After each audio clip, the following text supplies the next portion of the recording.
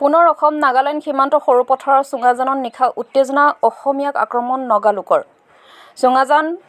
ফটোবস্তিত নগালোকৰ আক্ৰমণত বলি এজন অসমীয়া লোক এটা নগা দুৰ্বৃত্তৰ দলে আক্ৰমণ কৰে অসমীয়া যুৱকজনৰ ওপৰত কি কাৰণত লোকজনৰ ওপৰত নগালোকে আক্ৰমণ কৰিলে এতিয়া জানিব পৰা হোৱা নাই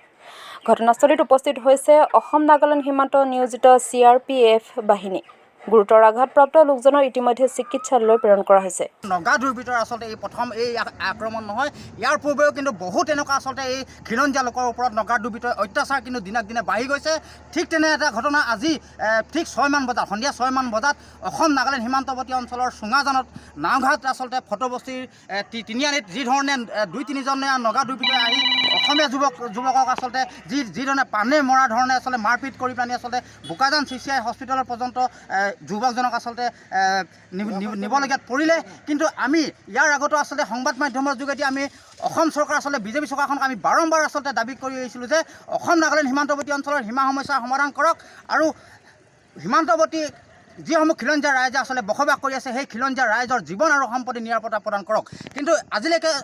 অসম চৰকাৰ আচলতে বিজেপি চৰকাৰখনে কোনো এটা এই সীমা সমস্যাৰ ওপৰত আচলতে গুৰুত্বপূৰ্ণ ভূমিকা লোৱা কিন্তু আমি দেখা পোৱা নগ'ল কিন্তু আজি আমি আপোনালোকৰ সংবাদ মাধ্যমৰ যোগেদি লাচিত থানা অসম কেন্দ্ৰীয় সমিতিৰ তৰফৰ পৰা আমি অসম চৰকাৰখনক আচলতে বিজেপি চৰকাৰখনক দাবী জনাইছোঁ যে শীঘ্ৰেই সীমান্তৱৰ্তী অঞ্চলৰ সীমা সমস্যা সমাধান কৰাৰ ক্ষেত্ৰত গুৰুত্বপূৰ্ণ ভূমিকা পালন কৰক আৰু লগতে সীমান্তৱৰ্তী অঞ্চলত যিসমূহ খিলঞ্জীয়া ৰাইজ ইয়াত বসবাস কৰি আছে এই খিলঞ্জীয়া ৰাইজৰ জীৱন আৰু সম্পত্তি নিৰাপত্তা প্ৰদান কৰক আৰু ইতিমধ্যে আপোনালোকে সংবাদ মাধ্যমৰ যোগেদি আমি ধনশী মহকুমা প্ৰশাসনক আমি এটা কথা আমি আহ্বান জনাব বিচাৰিছোঁ বা দাবী উত্থাপন কৰিব বিচাৰিছোঁ যে আপোনালোকে আচলতে ধনশী মহকুমাৰ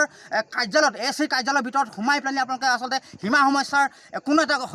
সমস্যা নাই বুলি আপোনালোকে দম্ভালি মাৰিলে কিন্তু নহ'ব এই সীমান্তৱৰ্তী অঞ্চলৰ অসম নাগালেণ্ড সীমাৰ পৰা 30 কিলোমিটাৰ ভিতৰৰ নিলগত নগা দুৰ্বৃত্তই সোমাই আহি যি ধৰণে অসমীয়া যুৱকক আক্ৰমণ কৰিছে গতিকে ই এক ধনশী মহকুমা প্ৰশাসনৰ কাৰণে কিন্তু গৰিহণাৰ যোগ্য আপোনালোকে আচলতে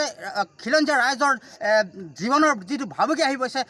এই ক্ষেত্ৰত কিন্তু আপোনালোকে যি ধৰণে দায়িত্ব পালন কৰিব লাগিছিলে কিন্তু এই ক্ষেত্ৰত দায়িত্ব পালন কৰা কিন্তু আমি দেখা পৰা নাই কিন্তু আমি আজি সংবাদ মাধ্যমৰ যোগেদি অসম চৰকাৰক দাবীও উত্থাপন কৰিছোঁ যে অনতি পলমে আপোনালোকে এই অসম নাগালেণ্ড সীমান্তৱৰ্তী অঞ্চলৰ সীমা সমস্যা সমাধান কৰক আৰু সীমান্তৱৰ্তী অঞ্চলৰ খিলঞ্জীয়া ৰাইজৰ জীৱন সম্পত্তি নিৰাপত্তা